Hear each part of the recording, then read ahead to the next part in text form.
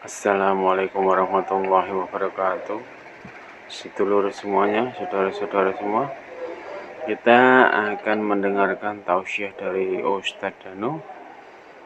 Tausiah kali ini akan berjudul tentang jika orang tua berdosa atau membuat kesalahan, anak tidak boleh menghakimi atau benci atau sekedar jengkel di dalam hati, karena itu urusannya Allah Subhanahu wa Ta'ala.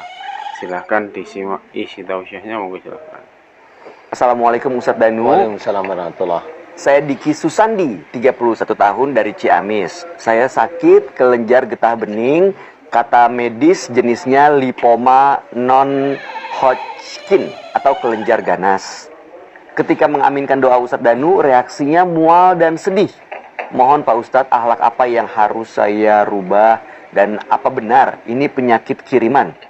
Wah, kiriman apa nih maksudnya? Terima kasih. Wassalamualaikum warahmatullahi wabarakatuh. Waalaikumsalam warahmatullahi Terima kasih Pak Diki Susandi, mohon nasihatnya Pak. Iya, Mas Diki Susandi, kalau ada kelenjar getah bening atau kanker atau kelenjar ganas, limfoma ini biasanya kalau di umur 31 tahun, penelitian saya, kalau seseorang itu sakit di umur di bawah 45 tahun, insya Allah ya, karena ini saya meneliti secara personal saya ya, itu biasanya berhubungan dengan dosa Mas Diki Susandi ini kepada salah satu orang tuanya.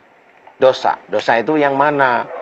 Karena itu limfoma, kelenjar itu insya Allah berhubungan dengan marah, biasanya daerah leher. Biasanya ya, itu daerah leher, yaitu marah yang disimpan. Jadi dia seperti ini. Marah yang disimpan kuat sekali dengan salah satu orang tuanya. Yang mana? Nih saya kasih gambaran kurang lebihnya. Bisa aja Mas Diki Susandi ini jengkel kepada salah satu orang tuanya karena orang tuanya menurut Mas Diki melakukan suatu kesalahan dan Mas Diki itu jengkel dan marah minta ampun umpamanya.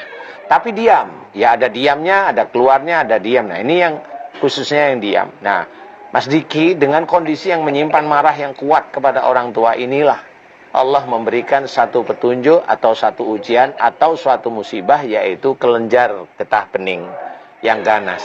Nah, Mas Diki tadi ada pada waktu ngaminin ada mual.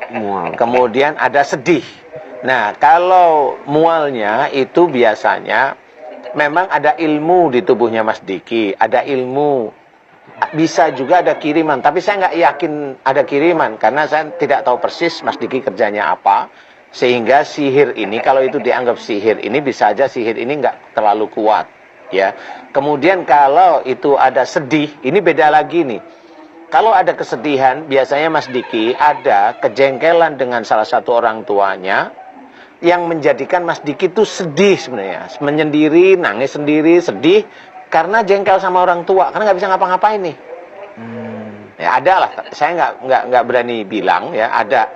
Nah, sedihnya ini karena keterlaluan sedihnya, masuklah jin ke dalam pikiran dan hatinya Mas Diki. Dan jin ini nggak bisa keluar dia kalau sudah begitu. Ini harus dikeluarkan. Dengan apa? Mohon ampun tetepan kepada Allah Ta'ala kalau Mas Diki sedihnya pada saat tersebut, atau karena kejengkelan dengan orang tua tersebut, itu melebihi batas. Melebihi batas itu memang saya tidak tahu batasan sedih itu sampai di mana. Intinya adalah lupa bahwa seseorang itu tetap dekat dengan Allah Ta'ala, sehingga kesedihan Mas Diki ini adalah melebihi batas, tidak diserahkan sama Allah. Umpamanya salah satu orang tuanya Mas Diki ini melakukan kesalahan, dan kesalahan itu bukan berhubungan dengan Mas Diki, umpamanya berhubungan dengan salah satu orang tuanya yang lain. Serahin aja sama Allah Ta'ala. Tidak perlu marah. Kalau umpamanya seperti itu, tidak perlu marah. Contoh, saya kasih contoh yang vulgar. Umpamanya, ini hanya umpama, mohon maaf nih. Ayahnya Mas Diki menikah lagi tanpa persetujuan ibu. Nah, Mas Diki tahu, insya Allah pasti jengkel, marah. Nah, di titik itu sebenarnya kemarahan itu muncul. Nah, itu nggak sadar seseorang itu bahwa seorang anak itu tetap tidak boleh marah kepada orang tuanya. Nah, kalau anak itu bilang, kan ibu saya yang disakiti. Iya, ibunya disakiti, tapi anak nggak boleh ikut-ikut. Biarkan urusan orang tua tersebut dengan pasangannya, serahkan sama Allah Ta'ala, didoakan agar mendapatkan hidayah bagaimana yang terbaik untuk kedua orang tua. Kalau kita sebagai anak marah, itu malah salah sudah. Kita salah di hadapan Allah Ta'ala. Nah, titik salahnya mirip seperti itu, Mas Diki. Mohon maaf, ini saya harus jelaskan. Ini hanya mirip, ini hanya persepsi saya aja. Nah, disitulah kemudian Mas Diki karena melihat, umpama, ini hanya umpama ya, melihat ibunya yang sedih, nangis, Mas Diki ikut sedih. Nah, itu sedihnya tadi. Ikut sedih, nangis, karena nggak bisa ngapa-ngapain, gitu.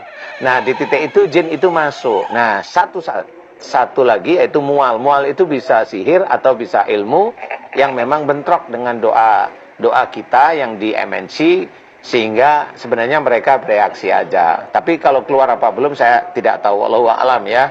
Tapi intinya itu bereaksi. Di titik itu Mas Diki. Kemudian bagaimana caranya merubah? Berubahlah, minta maaf dengan orang tua, karena urusan orang tua yang bersalah itu bukan dengan anak seperti kita, tetapi dengan Allah. Jadi kita nggak bisa ikut marah. Jadi umpamanya saya jengkel berantem sama Ustadz Hilman, walaupun ini tidak. Yang marah itu malah Mas Bayu. Gitu. Nah itu juga nggak boleh kan. Lah ngapain saya berantem ini?